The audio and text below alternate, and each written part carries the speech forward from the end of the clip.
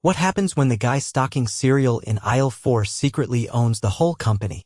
Xander Fields had built the 13-store grocery chain from scratch, one store, one late night, one scraped-together pallet of bananas at a time. Now, 15 years later, he sat in a parking lot outside Store 8, tying his worn sneakers and checking his reflection in the rearview mirror. He looked nothing like himself. The beard was real. So was the slight paunch he'd gained from long nights at his desk. The name tag on his shirt read Danny. The khakis were wrinkled, the polo faded. He'd never met most of the newer hires at this location, and with the store manager and department heads used to corporate sending in new temps during labor shortages, no one was expecting the CEO to show up disguised as a part-time stalker. He was here because the numbers didn't match the culture he thought he built. Store 8 had decent margins, but turnover was high and customer satisfaction was tanking. Xander didn't trust filtered reports anymore. He wanted to see it himself. The backroom was chaos when he walked in. "Hey, you're Danny, right?" New guy.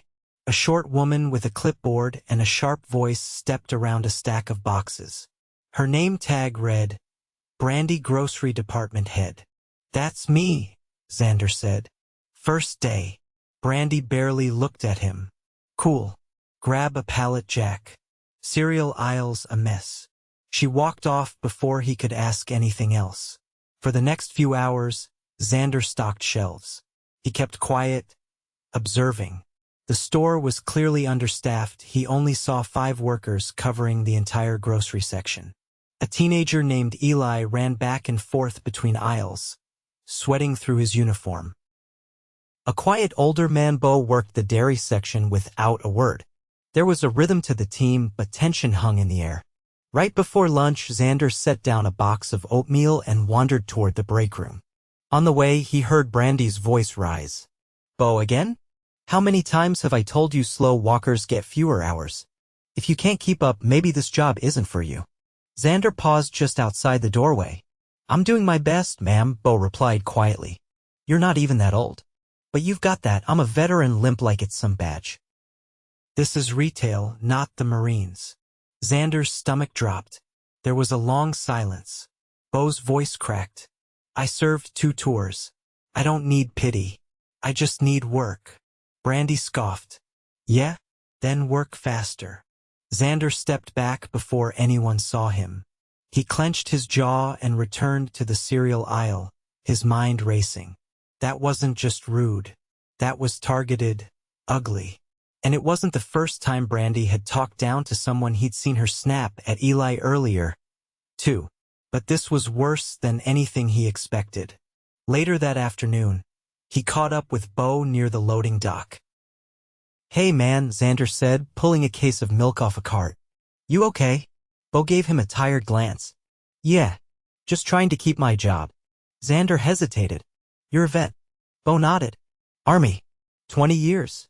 Got out, thought this would be simple, just stack shelves, stay out of the way. But some people." He trailed off. "You shouldn't be treated like that.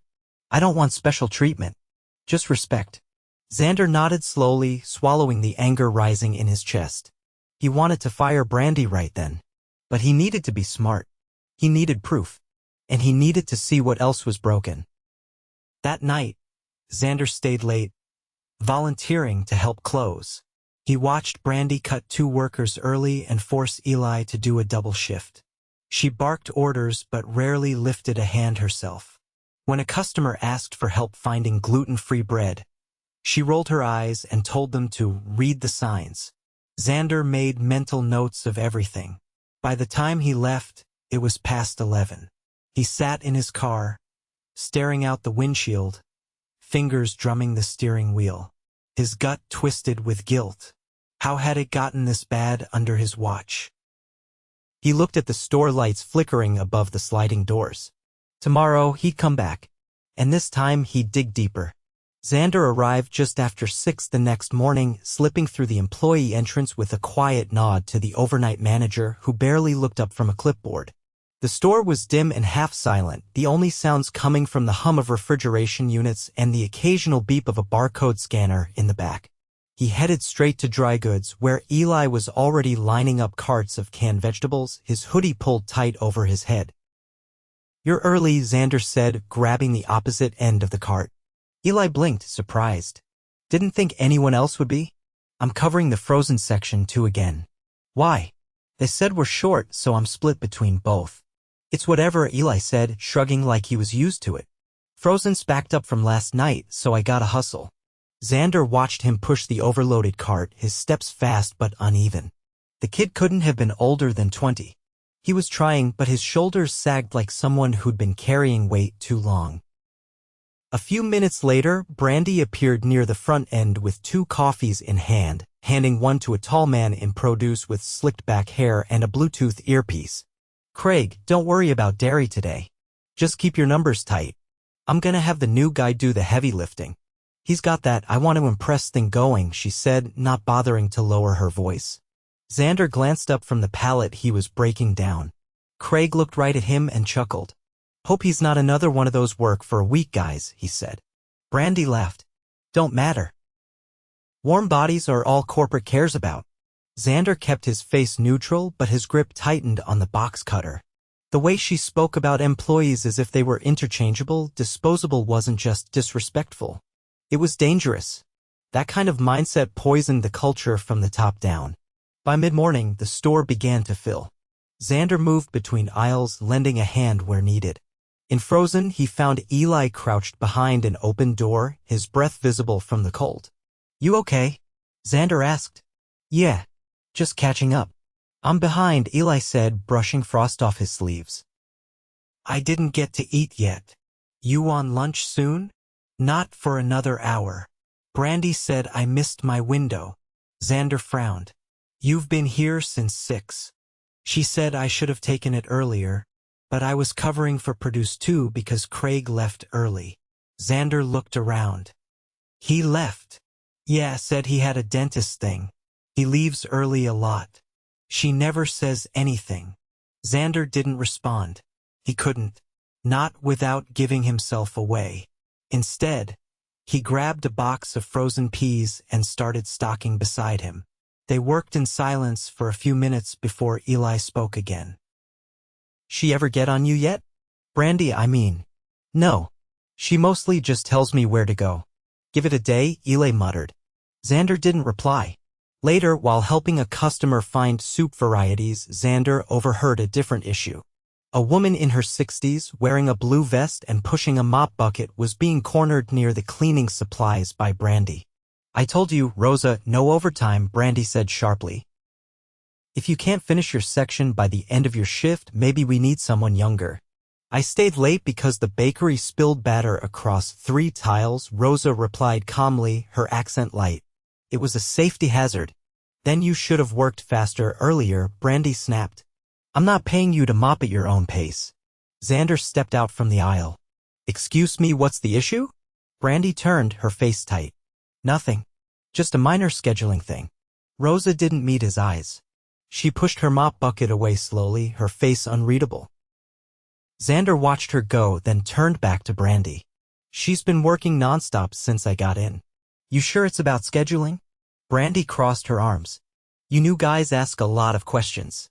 "Just trying to understand the flow," he said, voice even. She gave him a look, then walked off.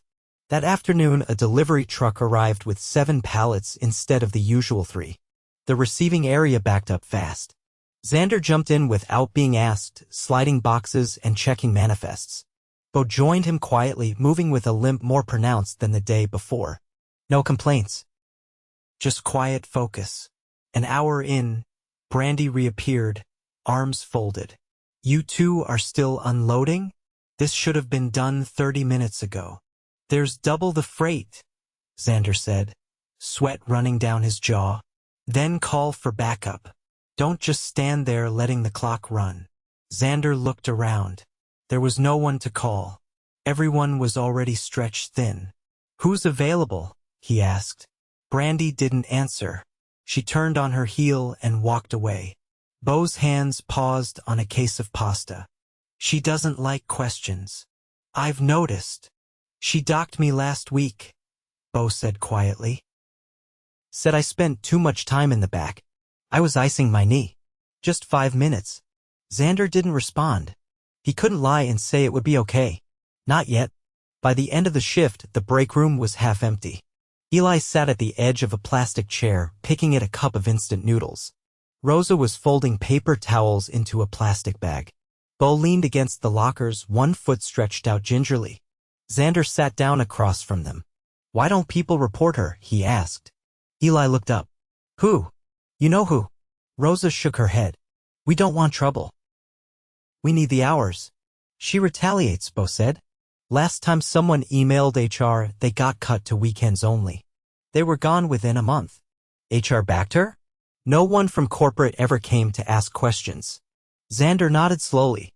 He looked around the break room's stained ceiling tiles, a microwave with a broken door, vending machine half empty. Anyone ever see the store manager? He asked. Not in weeks, Eli said. Brandy runs everything, Rosa added. She says she has final word. Xander stood up. Thanks for telling me. Rosa looked up at him. You knew, but you listen. That's rare here. He gave her a small nod, then walked out of the room, heart hammering. By the time the store closed again, Xander had seen enough. Eli being denied breaks and skipped for help. Rosa being age-shamed and undercut. Bo's injury ignored and mocked. And Brandy, loud, controlling, and protected by silence, had her hands in everything. Xander stood outside the store, his back to the cool night air. He pulled out his phone and made a single call. I need HR at store 8 first thing tomorrow, he said. No filters. No appointments. I'll be there. And I won't be undercover. He hung up before they could ask why. Xander walked into store 8 just after 7 a.m., no longer wearing the khakis and faded polo. His jacket was pressed, his shoes polished. The name badge clipped to his chest read Xander Fields, CEO. He didn't enter through the back this time.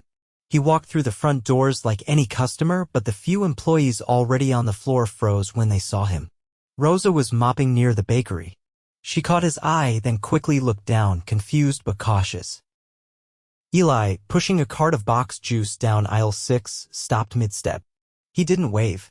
Just stared. Xander didn't greet them right away. He kept moving. He passed the registers, turned into the hallway near the office suites, and pushed open the door to the small conference room without knocking.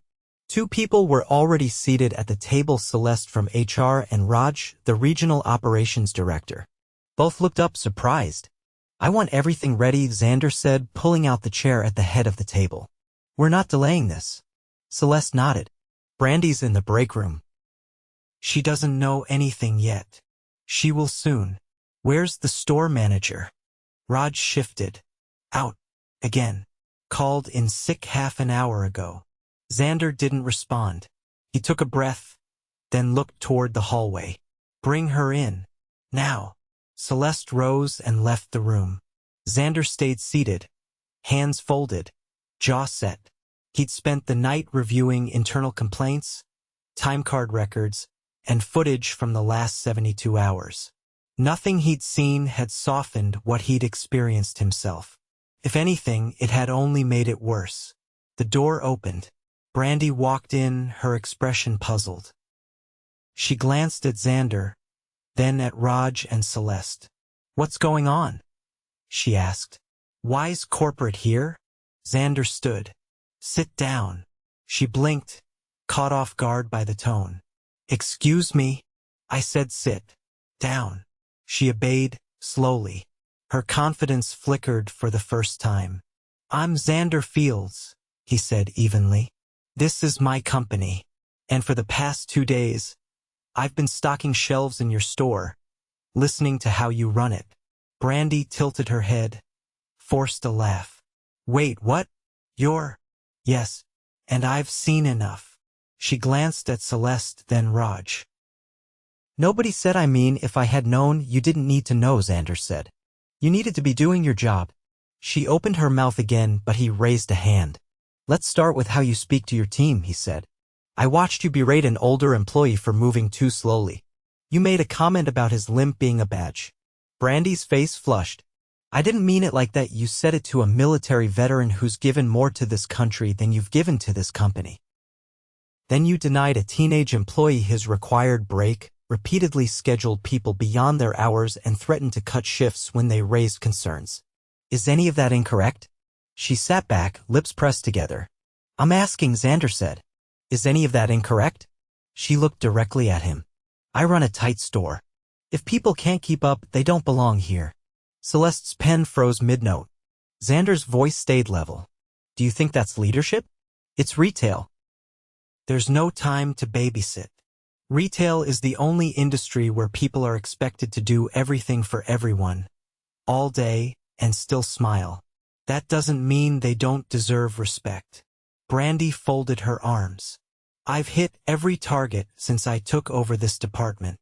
Your numbers don't excuse abuse. Xander stepped around the table. You treat people like tools, not human beings. You've created a culture where fear replaces communication. No one trusts you, and no one feels safe. You think they're innocent? She asked, voice rising. They're lazy. They milk the clock. That kid Eli? I've caught him hiding in freezer aisles twice. That janitor, what's her name, Rosa? She drags every task to squeeze out extra hours. Xander leaned forward. You just insulted a 17-year-old with no family support and a 62-year-old woman who cleans up after this entire store. You've made 2 more assumptions in less than 10 seconds than I've heard from any manager in this region. Brandy's eyes narrowed. So what, you're going to write me up? No, Xander said. You're done. You're terminated effective immediately. She stood abruptly. You're serious? Completely. This is unfair. You had years to lead. I gave you 2 days, and you showed me everything I needed to see. He looked to Celeste. Escort her to gather her things. Have security stand by at the exit. Celeste nodded sharply. Brandy looked to Raj, who said nothing. She turned to Xander again. You're making a mistake. No, I'm fixing one. The door shut behind her a moment later. Xander exhaled and turned back to the table. I want full evaluations on every department lead in this store, he said to Raj. And I want Eli, Rosa, and Bo in this room in the next half hour. Individually. We're doing this face to face. Raj stood. Understood. Xander waited until they left. Then he sat down, elbows on the table, face in his hands for a moment. The anger had passed, but what remained was a kind of weight he hadn't felt in years. The weight of knowing he'd missed something for too long. 10 minutes later, the door opened again. Eli stepped in, hands in his pockets, eyes wide. Have a seat, Xander said, gesturing gently. Eli sat slowly. You're not in trouble, Xander said. I just want to talk. Eli nodded, gaze fixed on his lap. You've been showing up early, staying late, doing the work of 2 people. And I watched you try not to complain once. Why? I need to keep the job, Eli said quietly. It's not perfect, but it's mine. Do you live nearby? Yeah. I walk. Bus sometimes, but it's spotty. Xander leaned forward. You ever get help from anyone here? Eli shook his head. Not really. Most people are just trying to get through their shifts. You want to stay on? Yeah. I do. You will. Starting next week, you're on a fixed schedule. No double shifts. No skipped breaks. And we'll get you some help in Frozen. That's not your job alone anymore. Eli looked up, startled. Seriously? You've earned it. Eli stood as if unsure what to say, then nodded once and left the room. Next came Rosa. She entered with her apron still dusted with flour. Her hands were folded, expression wary. I wanted to thank you, Xander said. She tilted her head slightly. For what? For keeping this place clean when no one noticed. For not letting anyone slip on batter even when it meant staying late. I just try to do it right. You do more than that. You set the tone. And from now on, you're getting the hours you request, not the ones someone hands down to you. You'll also be involved in training any new custodians we bring on. Rosa's jaw tightened, but her eyes softened. I didn't expect this. You should have. You deserve it. When she left, Bo entered last, still favoring one knee. He didn't sit until Xander offered the chair directly. Bo, I want to apologize. You don't owe me that. I do. No one should have spoken to you the way she did. Not after everything you've done for this country or this store. Bo nodded slowly. Appreciate that.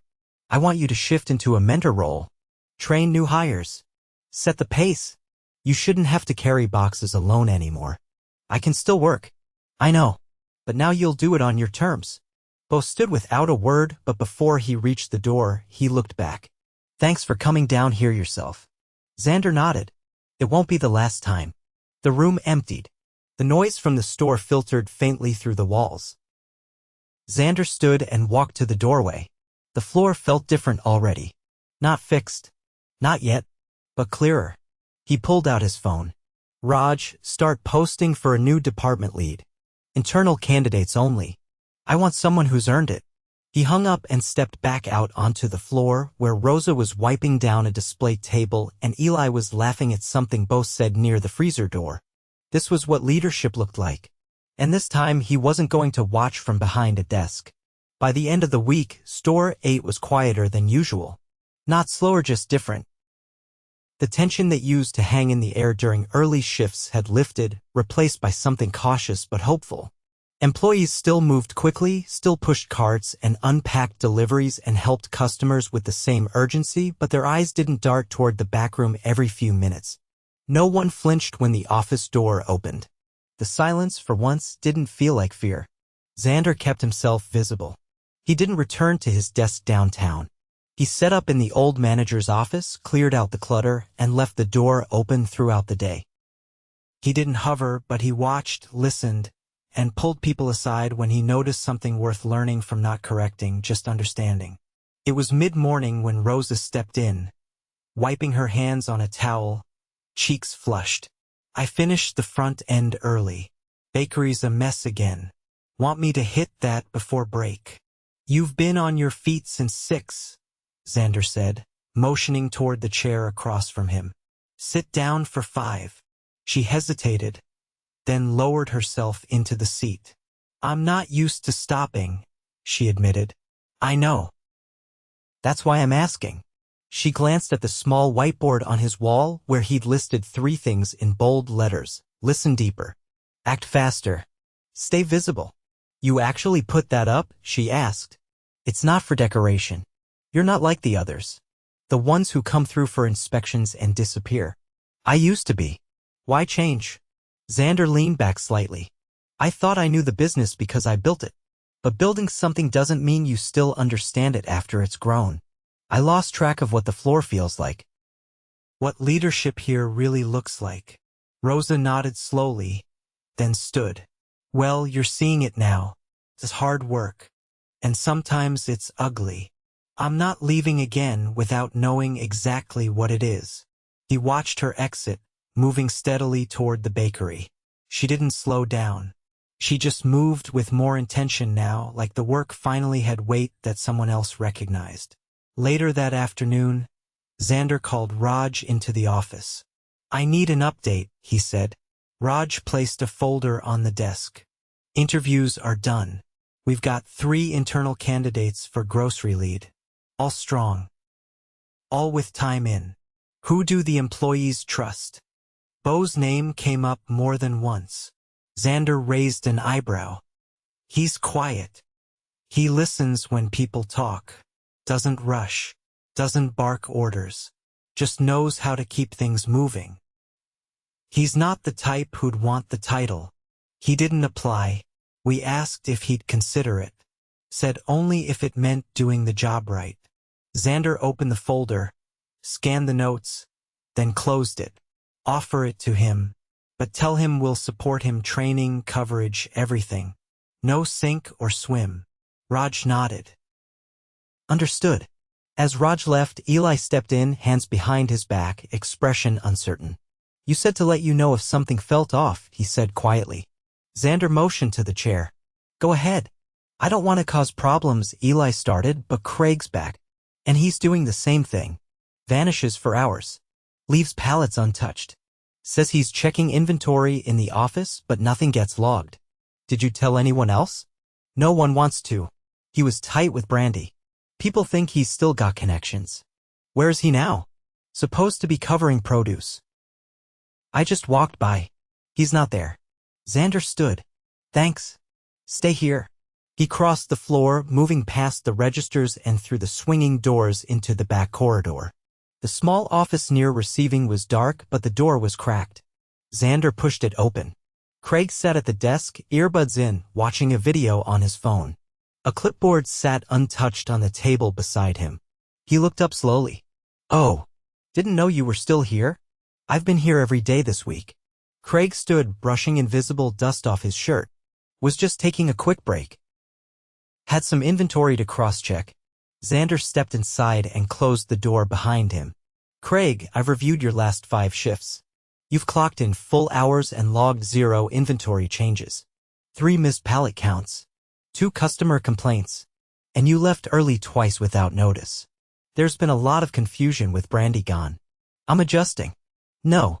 You're avoiding. Craig's posture shifted.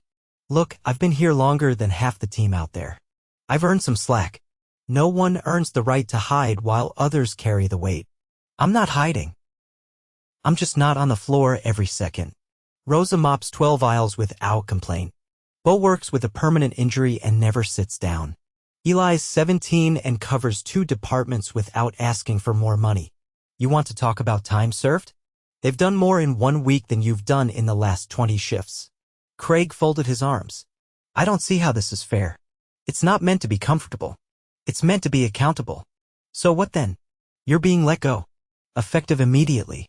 That's ridiculous. No. What's ridiculous is someone earning a paycheck while watching videos in the back room while the team scrambles. You're done. Craig didn't argue again.